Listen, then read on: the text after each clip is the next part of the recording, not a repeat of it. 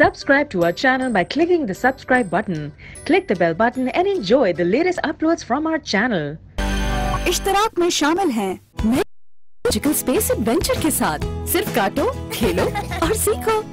बेहतर पियो, बेहतर जियो।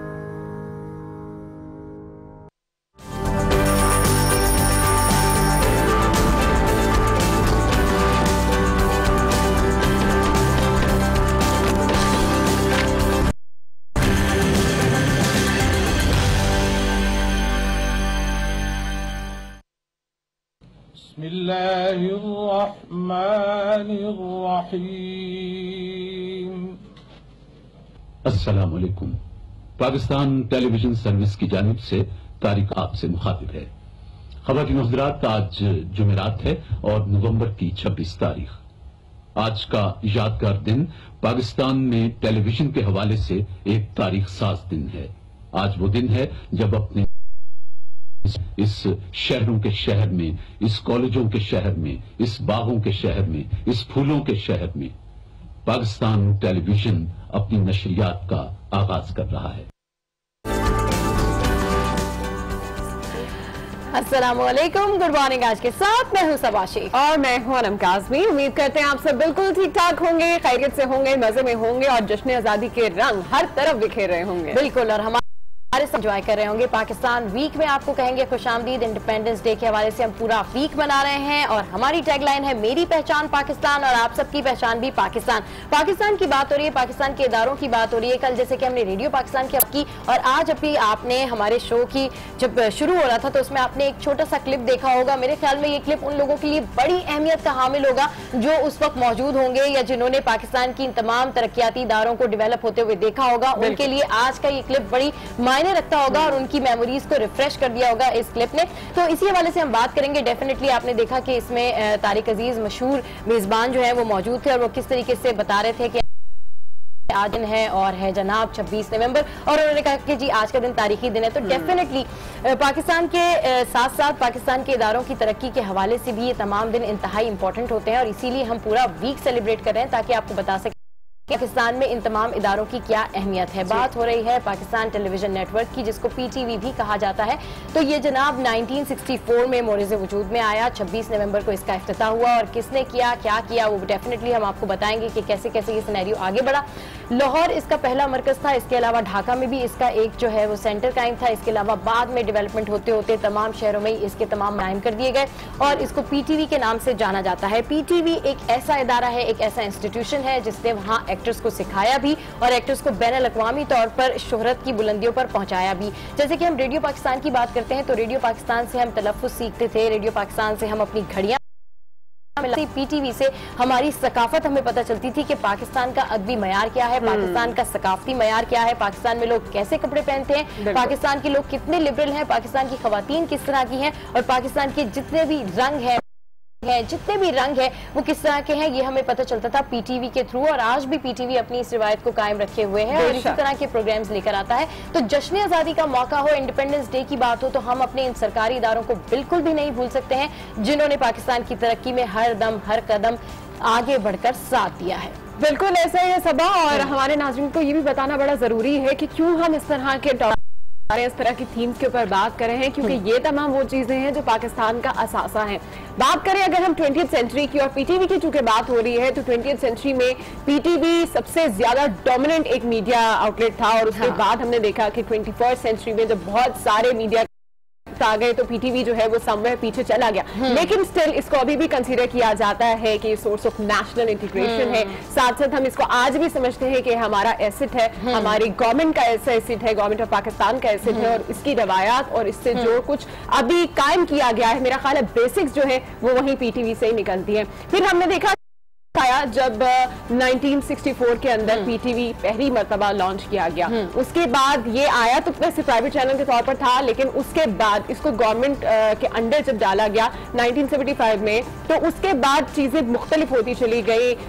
कुछ पॉलिसीज जो है वो गवर्नमेंट के अकॉर्डिंग चलना शुरू, सबके ऊपर भी हम बातचीत करेंगे। लेकिन जो इंटरेस्टिंग बात थी कि जब ये ट्रांसमिशन शुरू हुई है तो एक ट्रांसमिशन शुरू हुई है ब्लैक एंड व्हाइट में और लोग जो है उसको बड़े शौक से देखते थे कि पता नहीं कोई नई चीज हमारे सामने आ गई है और टेलीविजन में ब्लैक एंड व्हाइट कुछ आ रहा है। लेकिन कि हमने देखा कि सब कुछ कलर्ड हो गया, और उसी के साथ हमने देखा कि 70s से लेके तकरीबन 90s तक का जो एरा था, उस दौरान पीटीवी के जो प्लेज आए, जो ड्रामाज आए, उनको साउथ एशिया में सबसे बेस्ट ड्रामाज कंसीडर किए जा रहे थे। उनमें बहुत से ऐसे ड्रामाज थे, बहुत से हमारे ड्रामाज जो है वो साउथ एशिया में बेस्ट ही कंसीडर किए जाते हैं। हमें देख देख के जो है वो टर्की ने ड्रामे बनाना शुरू कर दिया है, इंडिया ने अपने ड्रामा सीरियल जो है वो शुरू कर दी थी, लेकिन फिर भी आज उनकी फिल्म्स और हमारे ड्रामाज कंपैरेटिवली इक्वल होते हैं। हमारे ड्रामास के एक्टर्स और एक्ट्रेसेस जो है वो यहाँ से उठा रहे होते हैं। तो अनम पीटीवी की एक वसी तारीख है जिसमें धूप किनारे टाइप के ड्रामा याद हो अगर आपको, अल्फा ब्रावो चार्ली था, उसके अलावा अंकल एक नाम से कोई ड्रामा चलता था, एक प्ले चलता था। तो ये तमाम तो ड्रामा जो थे वो आज भी अगर आप देखें तो आपको ऐसा लगेगा कि हमारा कल्चर उन सब चीजों में झलकता है। तो इन सब चीजों के बारे में जो है वो आज हम चल के बात करेंगे आगे, लेकिन मेरा ख्याल है पहले नजर डाल लेते हैं आज की टॉप हेडलाइंस पर। जी हाँ, बिल्कुल। डॉक्टर ताहिरुल कादरी आज नॉर्वे से लाहौर पहुंच रहे हैं। इस्तकबाल के लिए कारकुनों की बड़ी तादाद एयरपोर्ट पर मौजूद।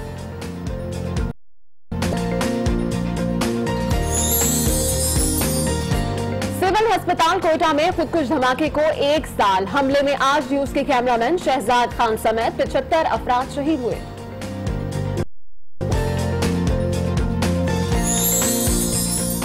रवा साल का दूसरा चांद गिरन, दुनिया भर की तरह चांद गिरन जुज़वी तौर पर पाकिस्तान में भी देखा गया।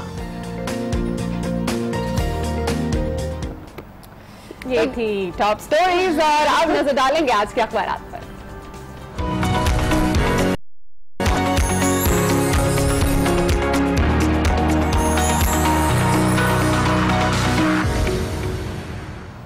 जी जनाब, चले, मुझे पता है मैंने कहा इससे पहले फिर शुरू हो जाए तो हम मुझे थोड़ा पड़ते। ठीक है जी। जंग की जो मेन लीड्स हैं आज, उनमें सबसे पहली जो मेन लीड मुझे नजर आई है इस वक्त वो है फौज आइन और कानून की बालादस्ती के लिए तमाम कौमी इदारों से मिलकर काम करती रहेगी। आर्मी चीफ का ऐसा कहना है। दहशतगर्दी के खात्मे के लिए मुल्की इदारों के साथ मिलकर जद्दोजहद जारी रहेगी। रातकाल ऑपरेशन में कम से कम नुकसान पाक फौज के आला पेशा वराना मयार का आकाश है, ऐसा कहते हैं आर्मी चीफ जनरल कमर बाजवा। अच्छा, इस तरह का बयान आना हमारे आर्मी चीफ की जानिब से, और वो भी इन दिनों में जब इंडिपेंडेंस डे चल रहा है, सेलिब्रेशन चल रही है, तो मेरे ख्याल में हमारे मोराल को मजीद हाई कर देता है कि जी देखिए हम सभी जो है वो आज़ादी के जज्बे से सरशार हैं और इतने ज्यादा हम पेट्रियाटिक हैं। फौज हो, हमारे इदारे हों या हमारे शहरी हों, सभी पाकिस्तान की तरक्की के लिए मिलकर काम करना चाहते हैं। तो इस बयान को जंग ने अपनी मेन लीड का हिस्सा बनाया है। अच्छा, सेम ये खबर यहाँ पर मेंशन है आर्मी चीफ के बयान के हवाले से, तो मेरे ख्याल इसको दोबारा पढ़ने की जरूरत नहीं है, मेन हेडलाइन है एक्सप्रेस की। अच्छा, लेकिन इसके अलावा कल एक अफसोसनाक वाकया पेश आया, और अफसोस की उससे भी बड़ी बात यह है कि ये जिस महीने में पेश आया वो हमारे जश्न आजादी का महीना था, और लाहौर में तकरीबन 45 अफराद जो है वो इस हादसे की नजर हुए, जख्मी हुए हैं इस वक्त भी। और यही खबर जो है वो आज एक्सप्रेस रोजनामा में मेंशन है कि लाहौर ट्रक में धमाका, 1 हलाक और 45 अफराद इस वक्त जख्मी हुए हैं। कई गाड़ियां जल गई, गरीबी इमारतों को भी काफी नुकसान पहुंचा।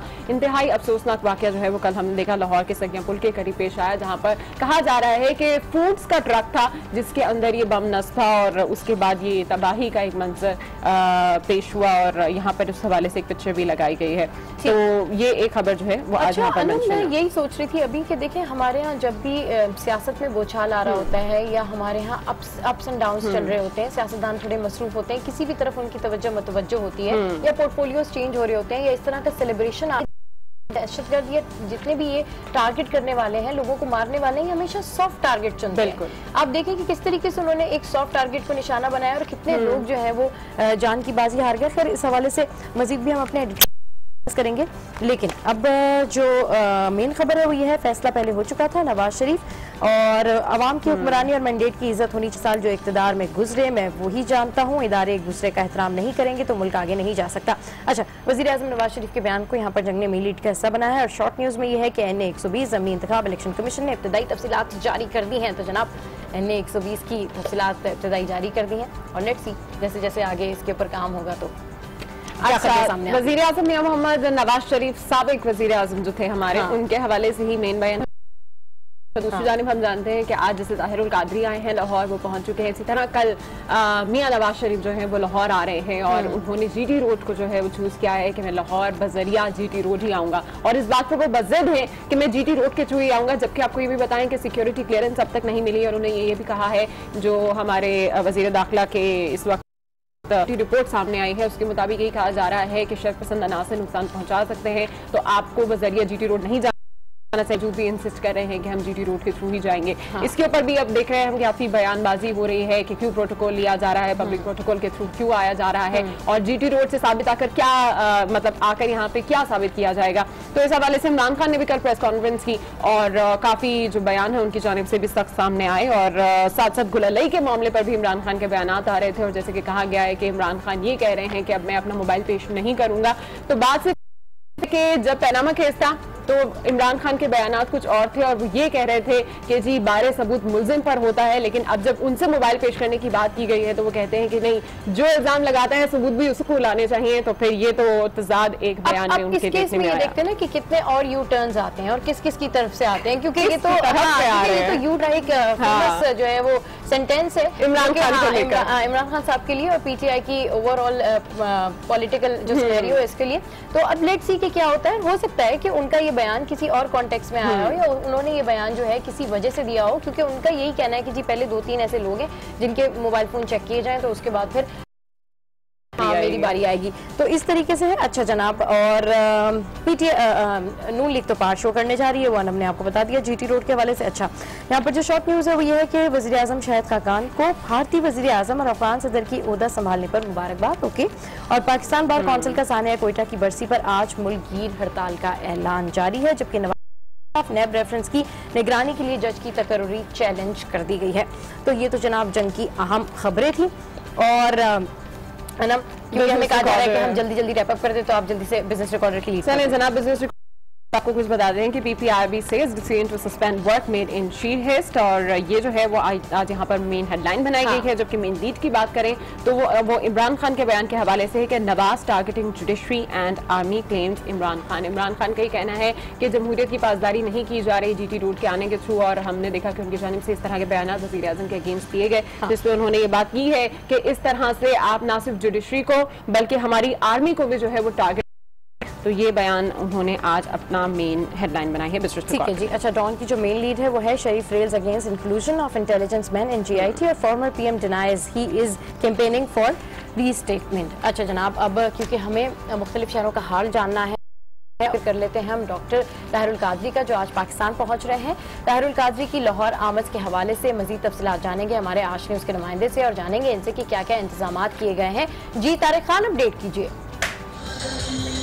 जी, ताहिरुल कादरी आज तकरीबन 1.5 महीने के बाद ओस्लो से रास्ते गैर मुल्की एयरलाइन के जरिए अभी लाहौर एयरपोर्ट पहुंचे हैं और अभी वो कुछ ही देर पहले ही एयरपोर्ट से बाहर आने के बाद मेरे को बिल्कुल मेरे पीछे बने स्टेज पर और आने वाले हैं। कुछ ही देर में वो खिताब करेंगे और मीडिया से टॉक करेंगे। इसके अलावा अगर वर्कर्स की तादाद की बड़ी तादाद जो वर्कर्स की है, जिनमें खवातीन बच्चे सभी शामिल हैं और यहाँ पे मौजूद हैं, उनके खास तौर पे जो घोड़ों का कारकुनों से खिताब कर रहे थे, काफी खिताब किया उन्होंने और नून लीग को काफ़ी तनकीद का निशाना बनाया। उन्होंने कहा कि जी हमने तो निज़ाम के खिलाफ एहतजाज किया था, आप जीटी रोड पर आके किसके खिलाफ एहतजाज कर रहे हैं? आपको नाम लेना चाहिए, अगर आप जुर्रतमंद हैं, बहादुर हैं तो आपको नाम लेना चाहिए। जबकि सुप्रीम कोर्ट ने आपको झूठ और बददियानती पे नाअहल करार दिया है, तो अगर आपके अंदर कुछ शर्म होती तो आप कुछ दिन बैठ। उन्होंने सानिया मॉडल टाउन के हवाले से भी बात की कि वो शहीद बहुत अजीम है, उनके घर वाले बहुत अजीम है, जिन्होंने किसी भी किस्म का कोई कॉम्प्रोमाइज़ किया नहीं,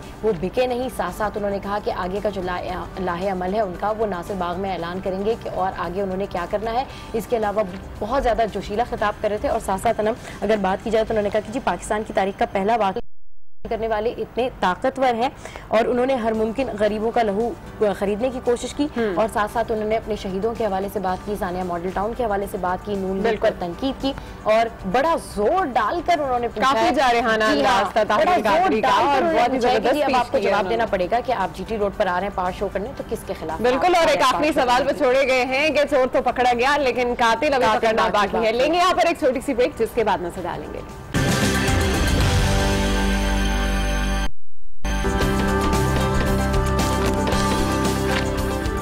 welcome back to good morning. और अब कुछ दीगर लोकल न्यूज स्टोरीज भी आपके साथ शेयर करते हैं, जिसमें सबसे पहले आपको बताएं कि साबिक वजीर आजम नवाज शरीफ के साहबजादे हुसैन नवाज के जेल पेशी के दौरान तस्वीर लीक होने का मामला हल के करीब पहुंच गया। JIT के सरबराह वाजिद ज़िया ने तस्वीर लीक करने वाले शख्स का नाम अटॉर्नी जनरल को भिजवा दिया है। अटॉर्नी जनरल जल्द वजीर आजम शाहिद खाकान अब्बासी को मामले पर एतमाद मिलेंगे। जराये के मुताबिक अटॉर्नी जनरल वजीर आजम के साथ जिम्मेदार का नाम पब्लिक करने के तरीक़ेकार पर भी बात करेंगे। सुप्रीम कोर्ट ने 10 जुलाई को जिम्मेदार का नाम पब्लिक करने का हुक्म दिया था। चलें जी, लेट्स सी इस मामले पे क्या होता है, क्या रिपोर्ट आती है, जाएगा।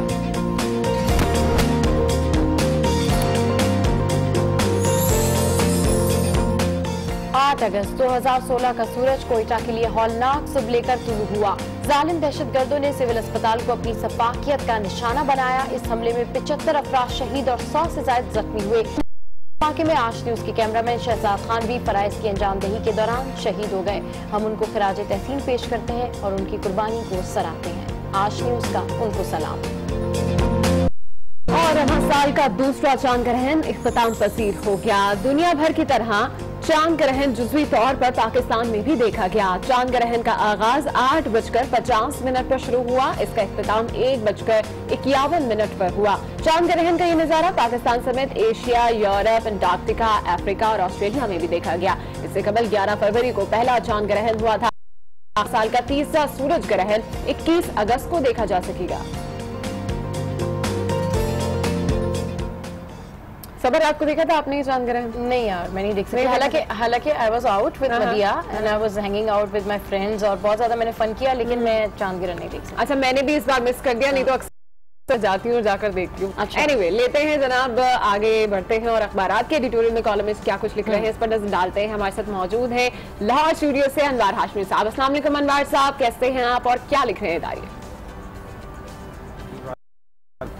लाहौर के अखबारात यकीनन जो कल अफसोसनाक वाक़या पेश आया है बम धमाके का लाहौर में, उसको जो है उन्होंने मौजूद बहस बनाया है। और इसके अलावा कुछ इदारती नोट्स में नए वज़ीर ख़ारजा ख्वाजा आसिफ ने जो भारत दोनों सरहदों पर साजिशों में मसरूफ़ है को भी इंतबाह किया है कि वो ज़िम्मेदारी का एहसास करें। तो ये दो चीज़ों को लिंक किया गया है कि अगस्त के महीने में अब लाहौर में जो धमाका हुआ है वो आउटफॉल रोड पे कल शाम को जो हुआ है, जिसमें 30 से ज़्यादा अफराद जो है वो ज़ख्मी हो गए हैं, एक शख्स जाँबाक हो गया है। तो उसके मुख्तलिफ पहलुओं से जो है उर्दू अखबारात ने उसका जायज़ा लिया है कि इस धमाके की टाइमिंग क्या थी। फिर इसका रूट जो है बहुत सेंसिटिव था क्योंकि वज़ीर आज़म ने एक रोज़ पहले इतवार को जो अपना दौरा जो है लाहौर का वो कैंसिल किया था। उससे भी एक रोज़ पहले से ये बारूद से भरा हुआ ट्रक उसी रूट पे खड़ा हुआ था। और दूसरा फिर वज़ीर आज़म का कल का जो ऐलान किया गया दौरा वो भी उसी रूट के करीब से गुजरना था।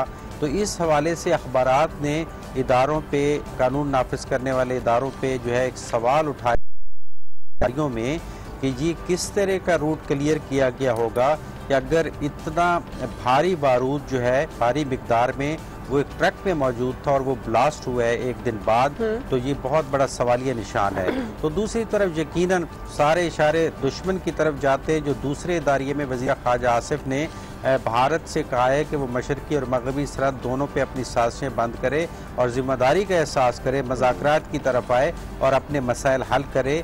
तो अगस्त के महीने में जो पाकिस्तान में जिस तरह से मुख्तलिफ रैलियाँ अब निकल रही हैं की तरफ मैं वाइंड अप करता हूँ, अखबारात ने लिखा है कि अगर यही रैलियाँ आप अपने अगस्त के महीने में एक दूसरे के खिलाफ निकालने की बजाय इस्तेकाम पाकिस्तान के लिए और यकजहती के लिए निकालते और इस काम को आइंदा के लिए छोड़ देते तो इसके बहुत ही मुस्बत नतीजे सामने आते। अच्छा, बिल्कुल सही कह रहे हैं आप कि ये जो एक दूसरे के खिलाफ रैलियां निकाल रहे हैं अपने सियासी मकासद के लिए, अगर ये इस्तेकाम पाकिस्तान के लिए निकालते तो ज्यादा मौसर इम्पैक्ट पड़ता। अच्छा अनवार हाशमी साहब, क्योंकि हम देखते हैं कि अब अगर है सेलिब्रेशन का महीना है, जश्न आज़ादी का महीना है, तो डेफिनेटली जहाँ पे रैलियां निकल रहे हैं, जहाँ पर सियासी पार्टियों के मुजाहरे होंगे, वहीं आवाम भी जो है वो जश्न मना रहे हैं, सेलिब्रेट कर रहे हैं। ऐसे में अगर सिर्फ फोकस कर ले हम सिक्योरिटी को तमाम शहरों की पाकिस्तान के, तो उसको किस तरीके से जा सकता है, उसको किस तरीके से मजीद एक्टिव किया जा सकता है? क्योंकि अब देखें ना, एक ट्रक खड़ा रहा और फिर वो फट गया एक दिन बाद, तो मतलब this is really very sad कि हमारी सिक्योरिटी, हम बार बार ये क्यों सवाल आता है कि जी सिक्योरिटी लैब ये कब बेहतर यकीनन देखें, आपकी प्रोग्राम में हम मुतअद्दिद बार ये जिक्र कर चुके हैं कि क्योंकि ये खित्ता ख़ासतौर पे पाकिस्तान दहशतगर्दी की जद में है और नेशनल एक्शन प्लान की जिम्मेदारी सूबों को एहसास दिलाया जाता रहा है। हमारी फोर्सेज जो है वो सरहदों पे कामयाबी से जंग लड़ रही हैं। तो बिल्कुल आप खुद देख लें कि अगर हुक्मरान जमात भी और अपोजिशन भी, अगर इस वक्त जब फोर्सेज को ज़रूरत है कि इस तरह की बड़े बड़े इज्तिमात से गुरेज किया जाए जब तक कोई इलेक्शन का जो ज़रूरी टाइम ना आए, क्योंकि जमहूरियत है, तो ये ताउन इनको करना है। अब आप देखें कि पिछले एक हफ्ते से सारी तवज्जो ये है कि पंजाब में जो रैलियां आनी हैं जो आज निकल रही हैं, तो इसकी सिक्योरिटी पे सारी तवज्जो है। कैपिटल सिटी से उसके बावजूद भी अनवार हाशमी साहब सिक्योरिटी कंसर्न्स अभी बहुत ज्यादा हैं। कल जाके लाहौर में हादसा पेश आया है और अब जैसे कि आप जानते हैं कि कल वज़ीर जीटी और वज़ीर आज़म साबिक वज़ीर आज़म नवाज शरीफ जो है रहे हैं लाहौर और मुख्तलिफ जगह पे उनका पड़ाव होगा और कहा जा रहा है कि सिक्योरिटी कंसर्न्स तब भी है। इवन वजीर दाखिला ने ये भी कहा है कि आपको अपना ये दौरा इस वक्त कैंसिल कर देना चाहिए, जीटी रोड के थ्रू नहीं आना चाहिए। लेकिन फिर भी वो हम देख रहे हैं बज़िद है और वो चाह रहे हैं कि जिद थ्रू ही लेकिन अब ये कंसर्न्स को देखते हुए आप क्या समझते हैं कि इस जिद पर कायम रहना कितना जरूरी है नवाज शरीफ के लिए? क्यों वो इतनी बात पर जो है वो इतने बज़िद दिखाई दे रहे हैं? मैं मुख्तसर तौर पे कहूँगा कि बिल्कुल नवाज शरीफ को जिम्मेदारी का सबूत देना चाहिए।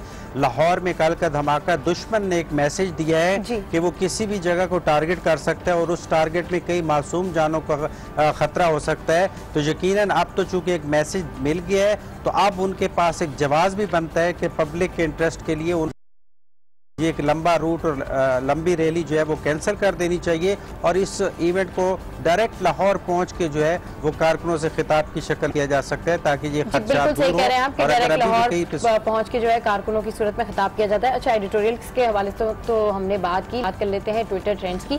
आज का ट्विटर पर टॉप ट्रेंड आयशा गुललई है और इस हवाले से लोगों ने मुख्तलिफ ट्वीट्स किए हैं और अनम पहला ट्वीट आप पढ़ेंगे। बिल्कुल, मैं बताती हूँ। और वैसे भी आयशा गुललई आजकल बड़ी फेमस हुई है। तो बारूद साहब आफ्ताब इकबाल कहते हैं कि आयशा गुललई का पीटीआई छोड़कर नेशनल असेंबली की सीट ना छोड़ा ऐसे ही है जैसे अपने वालिद से अलग होकर जायदाद में हिस्सा मांगना। बात बिल्कुल ठीक किया उन्होंने। अच्छा जी, सबा आलम लिखती हैं कि इमरान खान आयशा अहद और मुस्लिम लीग नून आयशा गुललई को इस्तेमाल कर रही है।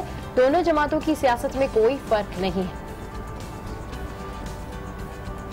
और सैयद अहसन ने लिखा है कि आप ऐसे मुल्क में रहते हैं जहां हरासमेंट के खिलाफ बात करने पर आपके खिलाफ साजिश शुरू हो जाती है और आपके खानदान को निशाना बनाया जाता है। आगे देखते हैं क्या इंटरेस्टिंग ट्वीट है भाई। अच्छा जी, खटक लिखते हैं कि आयशा गुललई मजबूत असाब की मालिक खातून है। अच्छा जी नहीं वैसे हाँ ये तो बात सही है ना, क्योंकि वो इतनी स्ट्रॉन्ग है, पूरा पॉलिटिकल करियर है उनका, स्ट्रगल है। दूसरी जानिब एंड्रिया रोस ने लिखा है कि इमरान खान चाहते हैं कि हुकूक नुस्वा के लिए काम करने आयशा अहद के लिए सामने आए लेकिन आयशा गुललई के लिए नहीं। चले जी, हमने ट्वीट्स पढ़े और अनम बड़े इंटरेस्टिंग से ट्वीट्स होते हैं और ट्विटर पर यही मजा आ रहा होता है। डिफरेंट लोगों के जो है वो ख्यालात आ रहे होते हैं, कमेंट्स आ रहे होते हैं। आपने लिखा है कुछ अभी तक फेसबुक पे? नहीं, I didn't read anything about Ayesha गुललई। अभी तो लोग कह रहे हैं कि हवाले से मतलब जो लोग नहीं भी लिखते थे उन्होंने भी लिखना। मुझे ऐसा लगता है कि मेरे मुल्क में और भी इससे ज्यादा बड़े इश्यूज हैं जिनको डिस्कस करना चाहिए। खैर, टॉप वर्ल्ड स्टोरीज के ऊपर हम आ जाते हैं। वर्ल्ड एथलेटिक्स चैंपियनशिप की, जिसमें खवातीन की 100 मीटर रेस अमेरिका की टोरी बोवी ने जीत ली है। खवातीन पोल वॉल्ट का गोल्ड मेडल यूनान की एथलीट के नाम रहा।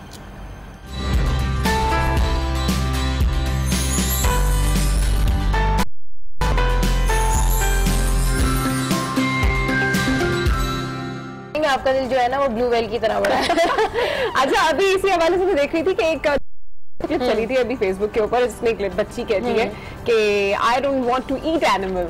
और वो चीज जब मैं देखती हूँ कि इस तरह से जानवरों के साथ उनको काटा जा रहा है और उसके बाद उनके आज़ा को निकाल के उनको नुमाइश के लिए पेश किया जाता है, मुझे बड़ी हैरत होती है कि इंसानियत पता नहीं कहाँ रह गई है। और हम इस तरह की चीजों को जो है वो बड़े ज़ौक़ और शौक के साथ लोगों को दिखाते हैं कि देखिए हमने ये चीज करके बस इसके ऊपर फिर एक लंबी डिबेट बनती है ना, क्योंकि बहुत सारे लोगों के मुख्तलिफ ख्यालात हैं इस पर। गुड मॉर्निंग, आज में यहाँ वक्त हुआ एक ब्रेक का, जिसके बाद मुलाकात करवाएंगे आपकी। पाकिस्तान टेलीविजन के जनरल मैनेजर अमीन मेमन से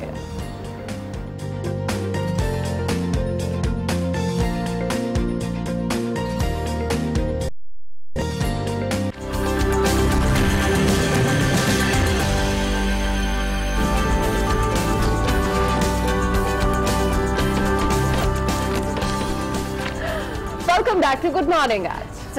तो जनाब, बात हो रही है पीटीवी के हवाले से, तो आपको बताएं कि 26 नवंबर 1964 में शुरू होने वाली पाकिस्तान टेलीविजन की नशरियात ने मुल्क के अवाम के दिलों में घर कर लिया और आज 50 साल से जायद तारीख में कई लाजवाल और नाकाबिल प्रोडक्शंस अवाम के लिए पेश की गई और आज भी इस जिम्मेदारी की अदायगी में मसरूफ हैं। गुड मॉर्निंग आज की टीम ने टेलीविजन के जनरल मैनेजर अमीन मेमन से मुलाकात की है और उनसे मालूम क्या है कि 1964 और 2017 के पाकिस्तान टेलीविजन नेटवर्क में इस वक्त क्या फर्क है, उन्होंने इस हवाले से क्या बताया, आइए देखते हैं।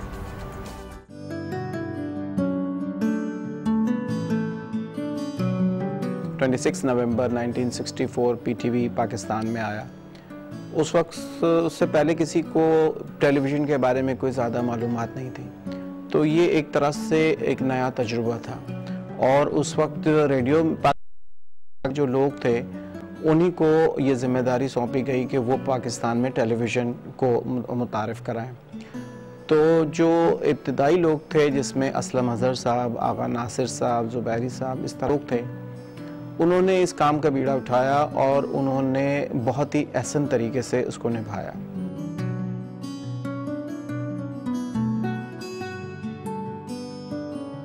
1964 के बाद जो पहला हमें सबसे पहला चैलेंज हमें मिला पीटीवी को, वो 65 की वॉर। 1965 की वॉर दो जगहों पे लड़ी गई। एक तो मोर्चों पे हमारे फौजी जवान वो लड़ाई लड़ रहे थे, और दूसरी लड़ाई पाकिस्तान टेलीविज़न ने मीडिया पे लड़ी।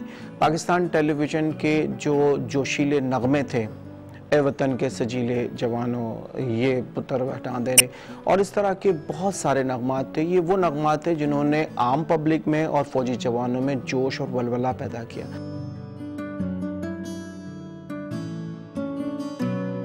पाकिस्तान टेलीविज़न हर वो इवेंट जिसमें के चाहे कमर्शियल एस्पेक्ट हो या ना हो, वो उसको कवर करता है और वो उसको ऑनियर देता है, ताकि पब्लिक में एक अवेयरनेस ये पैदा हो कि इस वक्त कौम को किस चीज़ की ज़रूरत है और कौम को किस डगर पे जाना चाहिए।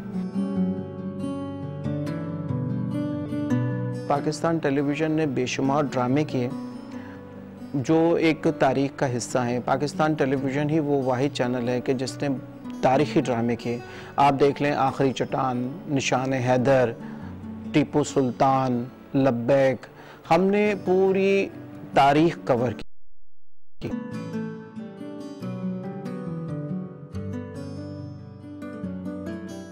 हम शोर नहीं मचाते, हम चीज़ों को उस वक्त तक ऑनियर नहीं देते जब तक कि हमारे पास ऑथेंटिक रिपोर्ट्स ना हो।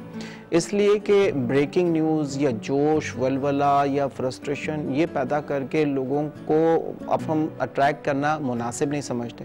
हम ये समझते हैं कि लोगों को वो चीज़ पहुंचाई जाए जो ऑथेंटिक हो और जो उनके लिए जानना ज़रूरी हो। देखें, सियाने ये कहते हैं कि कब बोलना है और कितना बोलना है और कहाँ बोलना है, ये बहुत ही ज़्यादा ज़रूरी चीज़ें हैं, और जब जिस किसी को ये चीज़ें पता चल जाती हैं वो कामयाब रहता है। और इस वक्त आपको बताएं कि पाकिस्तान टेलीविजन की 53 साल तारीख पर बात करने के लिए इस वक्त हमारे साथ मौजूद है मारूफ डायरेक्टर प्रोड्यूसर कासिम पाशा साहब। इनसे बात करते हैं। अस्सलाम वालेकुम कासिम साहब, कैसे हैं आप? अस्सलाम वालेकुम sir, welcome to good morning. आज बहुत खुशी हुई कि आप जैसे बड़े डायरेक्टर भी हमारे शो के ऊपर आए, और डेफिनेटली मौका जश्न आज़ादी का है, तो आपसे ढेर सारी बात करनी है और पीटीवी के हवाले से बात करनी है। बिल्कुल ऐसा ही है, क्योंकि आज हम लोग मना रहे हैं पाकिस्तान वीक इस पूरा हफ्ते ही, और आज खुसूसी तौर पर बात हो रही है पाकिस्तान के असासों पर। जैसे कि कल हमने बात की रेडियो पाकिस्तान पर, आज हम बात करें पाकिस्तान टेलीविजन नेटवर्क पर।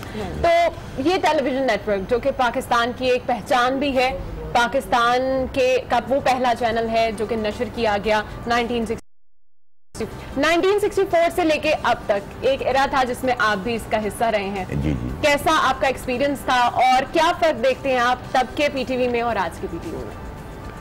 सबसे पहले तो मैं शुक्रिया अदा करूँ टीवी का, और शायद आपको तो मैंने भी बताया, लेकिन मेरी तरफ से जो 14 अगस्त का एक तोहफा, एक सॉन्ग है, हालांकि मैं म्यूजिक का प्रोड्यूसर नहीं हूँ, अच्छा, लेकिन वो सॉन्ग 80s में मैंने प्रोड्यूस किया था। एरू कायद आज के दिन हम तुझसे वादा करते हैं। बिल्कुल, अभी आप जिक्र कर रहे थे। आज भी वो सॉन्ग उसी तरह मकबूल है, क्योंकि जब तक पाकिस्तान कायम है, कायद को हम हमेशा ट्रिब्यूट देते रहे। उसी ट्रिब्यूट के तहत मेरा ये छोटा सा हिस्सा था जो आज तक चल रहा है। ये छोटा सा हिस्सा नहीं था सर, बहुत बड़ा हिस्सा था। मतलब वो पर मैं इसलिए कह रहा हूँ, आज तक जो है मॉर्निंग शोज पे भी हम देखते हैं, ओवरऑल अगर सड़कों पे देखें, गलियों में देखें, तो इवन स्कूल में टैबलोज वगैरह में भी गाया जा रहा होता है। इसलिए कि कायदे आज़म के हवाले से वो ट्रिब्यूट है। लेकिन मेरी बुनियादी फील्ड जो थी वो ड्रामा। अच्छा, 64 में जब आपने जैसे अभी फरमाया कि टीवी शुरू हुआ था, लाहौर से स्टार्ट हुआ था। लाहौर के बाद गालिबन ढाका उस जमाने में हमारा हिस्सा था, वहाँ शुरू हुआ, और फिर 67 में 67 में कराची में शुरू हुआ था टीवी। ठीक।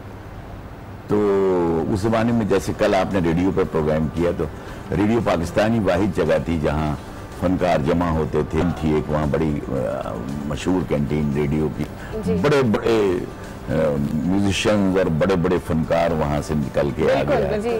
सेम उसी तरह 67 में जब कराची टीवी का आगाज हुआ, तो पहले वो एक बंगले में हुआ, लेकिन बाद में बाकायदा प्रॉपर जगह पे टेलीविजन सेंटर नेशनल लाइब्रेरी के बराबर बनाया गया।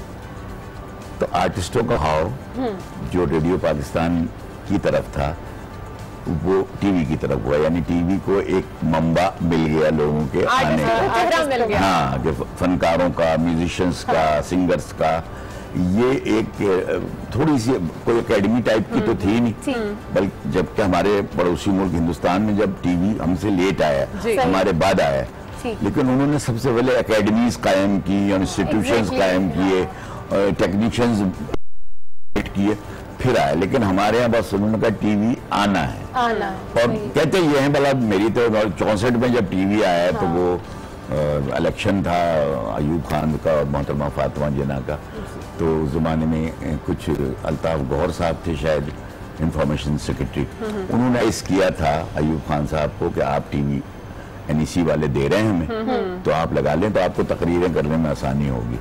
अच्छा, ये कोई इसकी कहानी थी जल्दी आने की, 64 यानी इंडिया से पहले आ गया था, इंडिया से पहले आ गया था। ठीक। के बाद कराची में बाहर, लेकिन कराची बड़ा मेजर स्टेशन था, और शुरू में इतना ज्यादा कराची ने कंट्रीब्यूट किया टेलीविजन के हवाले से, फिर आहिस्ता आहिस्ता बाकी लाहौर तो खुल चुका था। लाहौर एक रेडियो पाकिस्तान के कंपाउंड में खुला था, एक छोटा सा वो था, वो उसके अंदर खुल गया। उसके बाद फिर लाहौर खुला, और फिर उससे रावलपिंडी, इस्लामाबाद तो नहीं था, रावल चकलाला में गवर्नमेंट इसकी बैरिक थी, उस बैरिक में खोला गया। पिंडी हुआ, फिर पिशावर हुआ, फिर कोयटा 73 में शायद कोयटा खुला। सही। अच्छा, ओवरऑल डेफिनेटली पीटीवी से देखा जाए तो जितने भी लोग हैं हमारे जो भी एंसेस्टर्स हैं, या ओवरऑल सारे पाकिस्तानी पीटीवी से बहुत ज़्यादा प्यार करते हैं, क्योंकि एक तरीके से पीटीवी के ही सारे एक्टर्स जो हैं वो अब हमारे जो दूसरे चैनल्स हैं उनके ऊपर काम। तो पहले जो पीटीवी के ड्रामास बनते थे और जो आज के टाइम पे ड्रामास बन रहे हैं, उनमें आप क्या फ़र्क देखते हैं? पहले किस तरीके से काम होता था और अब पीटीवी में क्या करंट सिचुएशन है काम की? देखिए, एक बात तो जो आपका पहला सवाल टच कर रहा था वो मैं बताऊं कि पीटीवी में जो काम करने वाला आदमी है ना, अमूमन आपने देखा होगा जिस में लोग एम्प्लॉय होते हैं उनके, वो कहते हैं क्या यार हमारे यहाँ तो ये प्रॉब्लम है, हमें तो ये है, हमें वो फलाना है, ये नहीं मिल रहा है, वो नहीं। बट टेलीविजन में जो काम करने वाले हैं वो आपको कभी बुराई करते नहीं मिलेंगे टीवी की। उसकी वजह क्या है? उसकी वजह ये है कि जो माशरे में उनको एक शनाख्त मिलती है ना, वो उनके लिए बहुत एक बड़ी अचीवमेंट है। कि मुझे आज अगर पहचाना जाता है कि जो टेलीविजन के हवाले से, पर मैं आज सिंपल बैंकर में किसी बैंक में जॉब करता हूँ। नहीं काजिम साहब, नहीं अभी मैं बात कर रहा हूँ पहले की, यहाँ पर आना हमारे लिए मैं पहले की बात कर रहा हूँ कि बैंक में था, वहां से मैं टीवी आ गया। टीवी आने के बाद मुझे शनाख्त मिली, फिर मेरी औलाद को मेरे हवाले से, और माशाल्लाह आप सब अपनी जगह सेटल है। तो मेरे अलावा भी जो लोग पीटीवी बुराई नहीं करते नहीं मिलेंगे आप। टीवी के हालात कुछ भी रहे हों, कभी टीवी से तनख्वाहों का मतलब वो नहीं पड़ा, मुलाजमीन को फैसिलिटीज की कमी नहीं हुई टीवी में काम करते हुए। मतलब एक ऐसा इदारा आप लोगों को मिला ना कि आपने भी उसको एक बात जैसा समझा और इदारे ने भी आप लोगों को उसी तरह फैसिलिटेट किया। और शुरू के जमाने में के सिर्फ पीटीवी था और एक वाहिद जरिया था, आप मीडिया सुकड़ा हुआ था बिल्कुल, तो पीटीवी की शक्ल में था, विजुअल मीडिया, अखबारात तो बहुत थे, तो पीटीवी का वहाँ बड़ा मकाम। इस पीटीवी के सफर पर हम अभी भी बात करेंगे सर, लेकिन यहाँ पर क्योंकि हमारा एक बड़ा जबरदस्त सेगमेंट है जिसके अंदर हम मिली नगमे भी, क्योंकि इस वीक को हम पाकिस्तान वीक मना रहे हैं, तो मिली नगमे भी हम पुराने चलाते हैं। तो पाकिस्तान के मिली और कौमी नगमों की 70 साल है और ये मिली नगमे हमेशा ही मुहिब्बे वतन पाकिस्तानियों के जज्बों को गरमाते रहते हैं। Good morning. आज ने आज़ादी स्पेशल वीक में खास मिली, इस वक्त मशहूर डायरेक्टर बैठे हुए हैं काजिम पाशा साहब। सर ये जो अभी आपने मिली नगमा, डेफिनेटली आपकी इससे कुछ मेमोरीज होंगी, कुछ यादें वाबस्ता होंगी, इसके बारे में कुछ बताएं। मतलब मैं उनका तो फैन हूँ, अच्छा, लिहाजा बहुत मेरी मुलाकात भी रही है और फिर इनके हस्बैंड ड्रामा आर्टिस्ट रहे। अच्छा, सही। तो बाहर नैयरा का तो एक मकाम हमेशा से रहा है और ये आम सिंगर से बहुत मुख्तलिफ है शुरू से। अच्छा, शुरू से बड़ी मैंने इनको देखा है, बड़ी सिलेक्टेड इनके वर्ड्स होते हैं, यानी पोइट्री बड़ी सिलेक्टेड होती है और बड़ा उस पर बहस करती हैं पोइट्री पे, अगर कोई जिनको ज़रा से भी ना लगे। और वैसे भी वतन के हवाले से कोई भी कि आपका जज्बा जो है वो मज़ीद बढ़ जा रहा है। आप तो खैर पता नहीं उस वक्त तो आप पैदा भी नहीं हुए होंगे जब 65 की जंग हुई है हमारी। टीवी था नहीं, रेडियो पाकिस्तान था सिर्फ, और सिर्फ नूरजहां के नगमों ने जो एक गरमाया है। बिल्कुल हमारा बॉर्डर, यानी ये आलम था कि लोग हथौड़ियाँ कुल्हाड़ियाँ लेके लाहौर के लोग बॉर्डर की तो हम बात कर रहे थे कि भारतीय जनरल चवन चौधरी ने कहा ना कि एक और महाज पे भी लड़ना है, वो रेडियो पाकिस्तान है। बिल्कुल बिल्कुल तो वही वाली बात है। अच्छा काजिम पाशा साहब, क्योंकि पीटीवी की बात हो रही है और पीटीवी के बारे में अगर हम बात करें तो प्रोफेशनलिज्म की जब बात आती है तो मेरा ख्याल है स्टैंडर्ड सेट करने वाला वो पीटीवी ही है। आप जिस टाइम पर काम करते थे आपके साथ मुख्तलिफ आर्टिस्ट होते थे, मुख्तलिफ लोग होते थे जिनके साथ आपने काम किया है, उनको डायरेक्ट किया है। सबसे ज्यादा प्रोफेशनलिज्म के हवाले से अगर मैं कहूँ, कौन आपको एक्टर पसंद था, किसके साथ काम करना अच्छा लगता था, किसके साथ ज्यादा कंफर्ट लेवल आपका अच्छा लगता? सही कह रही हैं। देखिए ड्रामा मैं 75 में मैं ज्वाइन किया था लेकिन रावलपिंडी में 76 के मिड में मैं यहाँ आ गया था और आने के बाद फिर मैंने कुछ प्रोग्राम्स किए, फिर मुझे ड्रामे पे मैं आ गया वापस। अच्छा, बहुत सारे आर्टिस्ट मेरे यहाँ से इंट्रोड्यूस, यानी ये समझ लें कि कराची में पहली सीरियल बुशरा अंसारी की वो मैंने मेरे साथ की है, इमरजेंसी वार्ड के नाम से। बुशरा अंसारी और महमूद अख्तर उसके मेन रोल में थे। उसके बाद फिर यहाँ बहुत सारे, यानी मुझे इल्म नहीं था लेकिन फैसल कुरैशी मुझे निकलने गया, मैं 9 साल का था तो मैंने आपके प्रोग्राम में एक्टिंग की थी। अच्छा। उनकी वालदा ने मेरे यहाँ से की। बुशरा अंसारी को भी आप लेके आए थे यहाँ कराची में, वैसे तो पिंडी से वो बच्चों के प्रोग्राम में आती थी। अच्छा, तो सिंगिंग करती थी, फिर ड्रामा शुरू किया उन्होंने, फिर उनके वहाँ शादी भी हो गई इकबाल साहब से। लेकिन कराची में जो पहला सीरियल किया अच्छा सर, क्योंकि ड्रामास की बात हो रही है तो आज की बात करें, आज के ड्रामास की बात करें तो आज के ड्रामास में जो डायरेक्टिंग स्किल्स होती हैं वो कितनी मुख्तलिफ थी जब आप लोग डायरेक्ट करते थे ड्रामा को? आप लोगों का क्या तरीक़ेकार था? एक सीरियल कितने दिनों में आप कंपाइल कर लेते थे? कितनी प्रैक्टिस होती थी? और आज तो आप देखते हैं कि एक शूट से दूसरी शूट के ऊपर लोग जा रहे होते हैं और बड़ा मॉडर्न है ये चीज़ और बहुत जल्दी में जो है वो एक सीरियल बन जाती है। तो ये कि उसका मैं जवाब कि शब्बीर जान के साथ मेरी केमिस्ट्री ऐसी थी। अच्छा। और मेरे स्टार्ट तो नहीं दिया लेकिन मैंने जांगलूस मेरी एक सीरियल थी, वहां से शब्बीर को बूस्ट अप मिला था। अच्छा। और फिर भारत जो भी। अच्छा, अब आपने जो बात की वो ये थी कि देखिए जब भी कोई चीज मेज पे अगर खाने 6-8 रख दिए जाए ना तो फिर ये होता है कि आदमी इतना सा खा लेता है। सही। उसी में मेन डिश भी आ जाती है, यानी चाय पाए पक्के मेन डिश में। तो मेन डिश पीटीवी था। अच्छा। तो पीटीवी उतनी उसमें देखा नहीं जाने लगा जब प्राइवेट चैनल्स आने शुरू हुए। सही। फिर क्या हुआ था, प्राइवेट चैनल्स जो थे वो कमर्शियलाइज थे, यानी जितना लगाओगे उतना पाओगे, यानी जितना आप सरमाया लगाएं वो उतना ही। एक बाउल है उसमें कमर्शियल्स का एक बाउल, जितना पैसा उतना रेवेन्यू, उस बॉल में से खींचना है आप, बाउल में से जिसका पैसा लगा हुआ है वही खींचता है ज्यादा। सही।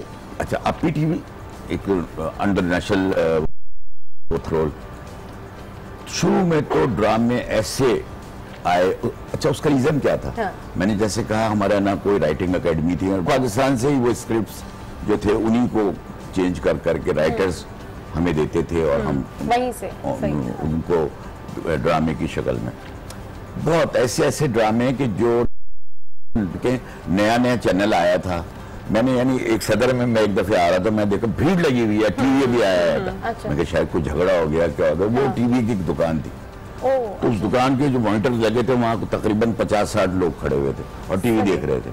सही। अच्छा, अब मेरे देखते देखते एक आदमी उस बजमे में से निकला और जाके वो पीछे से देखने लगा कि ये कहाँ से शक्ल कहाँ से आ रही है। अच्छा, ये पीछे तो नहीं बैठा हुआ, मतलब इतनी तो होती थी। ठीक, हाँ। टाइम के साथ साथ जैसे फिर वो 50 में से 20 हुए, 20 में से 10 हुए, 10 में से 5 हुए, 5 में से 2, फिर कोई ना हुआ, फिर प्राइवेट चैनल देख रहे थे, है ना। तो ये दूसरी आज पड़ोसी मुल्क में ले लें, दूरदर्शन के जमान में नाम, यानी जब दूरदर्शन स्टार्ट हुआ लाहौर में नजर आता था तो लोगों ने अपनी पतीलियां और पता नहीं क्या क्या लगा के सिलेंडर कैच करने को। अच्छा, ऐसा भी होता था, मुझे याद है कि एक दौर था कि लोग छतों के ऊपर ये चीजें लगाते थे। इसलिए कि अमृतसर से सिग्नल आता था। पर सिल्वर का जो है ना, सिल्वर ये वो मेटल है जो कैच करता है, सिग्नल को कैच करता है सिल्वर। तो सिल्वर की पतीलियां होती है, चमचे पतीलियां सब वो लाहौरियों ने छत पे लगा दी अपनी। कराची से लोग चले गए देखने, मुगल आजम आने वाली थी वहाँ पे। अच्छा, तो क्रेज ये था ना टीवी का। वक्त के साथ नेट आया, फलाना आया, ये आया, तो क्रेज कम होता गया। अब जो चीज होती है आप यहाँ टीवी पे नहीं देखते, आपने यूं किया पढ़ देख ली, उससे पहले। लेकिन कासिम साहब, मॉडर्नाइजेशन चाहे जितनी मर्जी आ गई है, लेकिन आज भी अगर आप पीटीवी का जिक्र अपने मदर या फादर से करते हैं तो वो आपको बताते हैं कि बेटा उस जमाने के ड्रामों का कोई मुकाबला नहीं, आज जितनी मर्जी ये सब चीजें आ गई। देखिए वो कहानियां जो रेडियो पे सुनी थी लोगों ने, वो देखने को मिल रही थी। जब मिल रही थी तो वो यकीनी बात है आदमी का अल्लाह ताला ने चीज वदियत की है इंसान में कि उसकी जुस्तजू होती है। तो वो कहानियां सामने नजर आती थी, उसका अंजाम देखने को लोग होते थे कि भाई ये क्या होगा, और ड्रामा तरक्की। मैं आपसे एक बात बताऊं, कराची मेरा ताल्लुक फिर बहुत ज्यादा रहा कि कराची सेंटर एक जमाने में ड्रामे का मेन मरकजी स्टेशन था। अच्छा। और इतने बड़े बड़े सीरियल कराची से हुए हैं, मतलब 2 ही मेन थे, तो एक ये था और एक लाहौर था। अच्छा। 2 स्टेशन थे।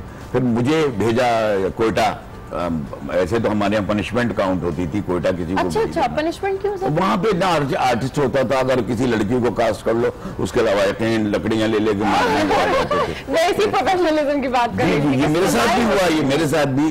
तो मैंने वहाँ बड़ी जो कैंटोनमेंट में लैला जुबैरी थी, नैना थी, मुझे भेजा गया, तो मैंने वहाँ से एक सीरीज। अच्छा। वो अल्लाह का करम ये हुआ कि उसने बिल्कुल।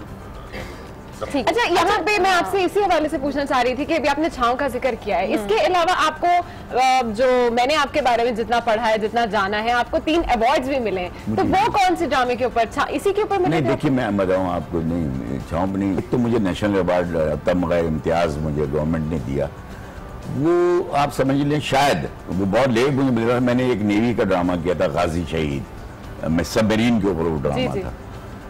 उसके कई साल के बाद जब मेरा रिकमेंडेशन गया तो मेरे गाजी शहीद को उसमें बड़ा नुमाया करके उनके कई साल के बाद वो मुझे फिर तमगा इम्तियाज। तो सर मेमोरीज तो आपकी डेफिनेटली होंगी, कौन सी वाली आपकी ऐसी मेमोरी है पूरे ओवरऑल आपके टेन्योर में जब आप पीटीवी में थे कि वो आपको आज तक याद है कि वो टाइम पे जो वो उस टाइम पर वाकया हुआ था, शूट के टाइम पे या आउटडोर पे, कोई ऐसा? वैसे तो खैर है, इतने वाकयात हैं कि मैं शायद किताब ही लिख लें, मेरी जिंदगी ने वफा की तो शायद किताब लिख दूँ, लेकिन बहुत सारे। लेकिन मेरे लिए एक ऑनर ये था, ये जब मैं गाजी शूट कर रहा था तो मैं समंदर के अंदर, मैं शब्बीर जान, अदनान जिलानी और तनवीर मलिक हमारे कैमरामैन, हम आदमी 24 घंटे पानी के अंदर रहते, अबाउट 800 मीटर के नीचे जाके।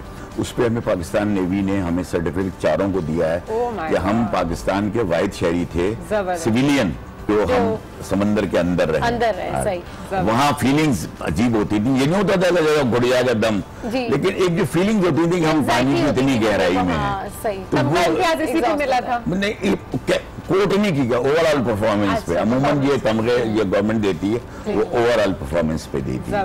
बट मेरा हाईलाइट था उसके अंदर, क्योंकि जमाना उस जमाने में पीपल्स पार्टी जब मुझे मिला है तो ऑन रूल थी पीपल्स पार्टी, और मुझे बेनजीर का एक खत भी आया था, मोहतरमा बेनजीर भुट्टो साहिबा का एप्रिसिएशन का एक लेटर आया था। जबरदस्त। तो वो इस वजह से उसको ज्यादा कोट किया गया मेरे को। उन्होंने लिखा था थ्रू एडमिरल मंसूर के जी मेरी तरफ से डायरेक्टर को, और टीम को मुबारकबाद दीजिए। लगता नहीं था कि हम बाहर की या पाकिस्तान की प्रोडक्शन देख रहे हैं या हम यहाँ की। साहब आपको भी हम मुबारकबाद देना चाहेंगे क्योंकि आप पाकिस्तान का वो फख्र है। जिन असासों की हम बात कर रहे हैं, उन असासों ने ऐसे नाम लेके आए हैं और उनमें से एक नाम जो है वो आपका भी है। बहुत शुक्रिया हमें ज्वाइन करने के लिए, thank you so much. Sunny ji, हमारे साथ मशहूर और बहुत ज्यादा फेमस डायरेक्टर थे काजिम पाशा साहब, और उनसे मिलकर जानकर आपको बहुत अच्छा लगा होगा। गुड मॉर्निंग आज में यहाँ वक्त हुआ एक ब्रेक का, कहीं जाएगा मत, don't go anywhere, stay with us, keep watching good morning आज।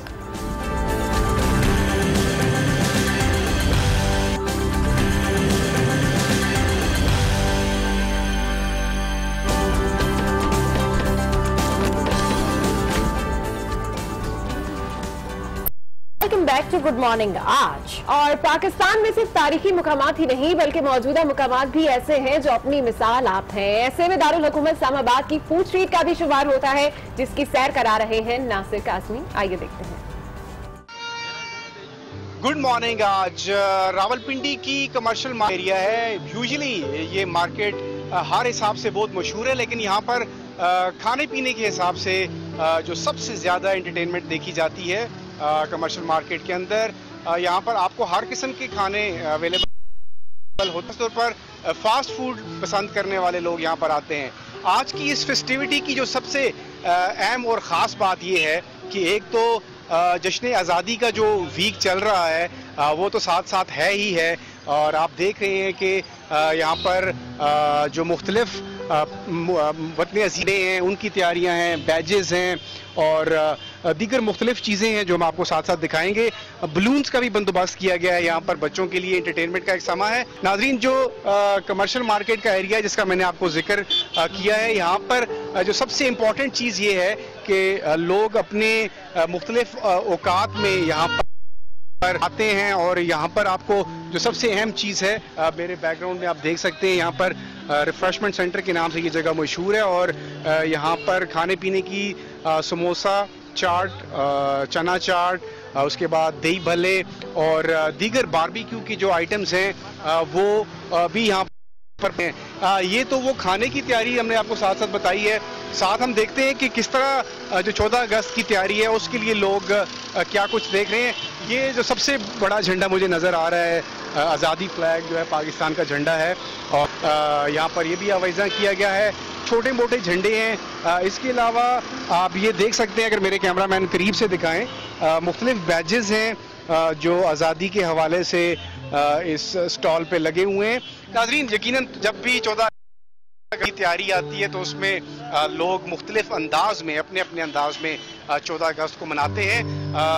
यहाँ पर फूड की मुख्तलिफ स्टॉल्स हैं, और ख़ास तौर पर 14 अगस्त को जब हम कमर्शियल मार्केट का विज़िट करते हैं तो यहाँ पर आपको बड़ी तादाद में रावलपिंडी के जो जियाले हैं और वो यहाँ पर नज़र आते हैं। चूँकि ट्विन सिटीज़ हैं, जड़वा शहर हैं, आपको इस्लामाबाद के लोग भी यहाँ पर नज़र आना शुरू हो जाते हैं। 14 अगस्त वाले दिन यूजुअली इस जगह पे ये पिन पैक आपको मिलता है, यहाँ पे ऐसी कोई जगह आपको खाली नज़र नहीं आती। तो उम्मीद है कि जो भी लोग हैं वो कमर्शियल मार्केट का एक विज़िट ज़रूर करेंगे और यहाँ रिफ्रेशमेंट सेंटर से समोसा चाट कम अज़ कम ज़रूर खाएंगे। जी, तो जनाब नासिर काज़मी ने आपको बताया कि इस्लामाबाद शहर का हालचाल क्या है। बहुत ज़्यादा वहाँ पर रौनक लगी हुई है, जश्न आज़ादी वहाँ पर भी सेलिब्रेट हो रही है। उन्होंने दिखाया कि बहुत सारे वहाँ पर स्टॉल्स लगाए गए हैं जहाँ पर बैजेस हैं, झंडे हैं, और लोग कसीर तादाद में वहाँ पर आ रहे हैं। और खाने पीने की जगह की बात, खाने पीने की फूड स्ट्रीट भी दिखाई।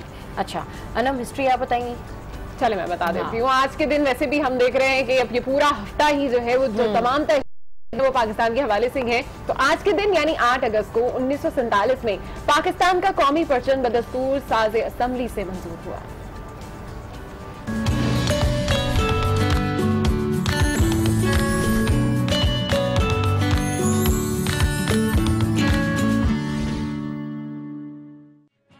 पाकिस्तानी झंडा सबसे पहले मशरिकी पाकिस्तान के शहर ढाका में सैयद अमीरुद्दीन किदवानी के डिजाइन करदा इस झंडे को आज़ादी से पहले लियाकत अली खान ने दस्तूर साज असेंबली में पेश किया और 8 अगस्त 1947 को मंजूर किया गया। इब्तदाई तौर पर डिजाइन किया गया कौमी परचम मुकम्मल सब्ज था, जिसमें वस्त में सफेद चांद और तारा बना हुआ था। झंडे में मौजूद मुसलमानों की अक्सरियत के लिए सब्ज रंग शामिल किया गया। चांद कौम की कारकर्दगी, जबकि सितारा रोशनी और इल्म को जाहिर करता है। पाकिस्तान के कौमी परचम का नाम सब्ज हिलाली परचम रखा गया। सबसे पहला झंडा मास्टर अल्ताफ हुसैन ने कायद आज़म तैयार किया, जिसके बाद कायद आज़म ने कहा कि ये झंडा किसी खास कौम, मजहब और मिल्लत के लिए नहीं, बल्कि हर उस फर्द का है जो इस पाक सरजमीन पे रहता है।